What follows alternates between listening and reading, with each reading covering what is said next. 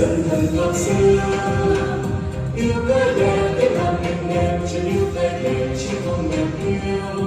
Ham hồng hay làm nhân ai vì ta.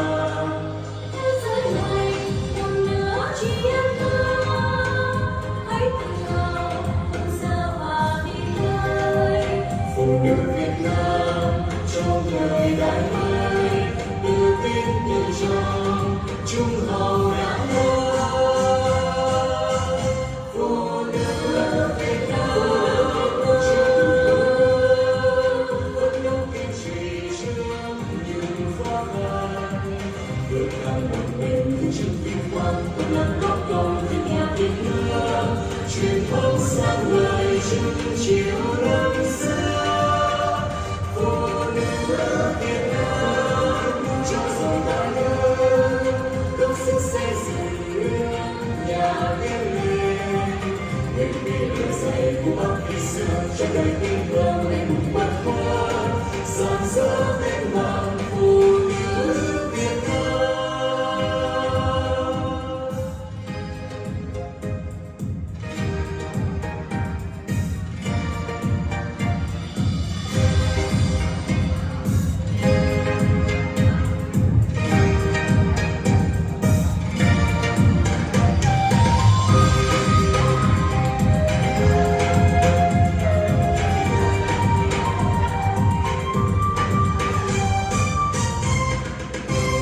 Cất lời ca về phụ nữ Việt Nam trong thời kỳ hiện đại dần thân ngọt xưa. Yêu cái đẹp để làm em đẹp, chỉ yêu cái đẹp chỉ không đẹp yêu. Ham hồng hay làm nhân ai vì ta. Thế giới này còn nữa chỉ em ta, hãy tự hào từng giờ và đi tới. Phụ nữ Việt Nam trong thời đại mới, tự tin tự trọng trung hậu đã nói. Phụ nữ Việt Nam chưa từng lời bước, vẫn đâu kiên trì trước những khó khăn, vượt qua một mình từ chức vinh quang và làm góp công vì nhà Việt Nam. Truyền thống sáng ngời chứng chiếu năm xưa.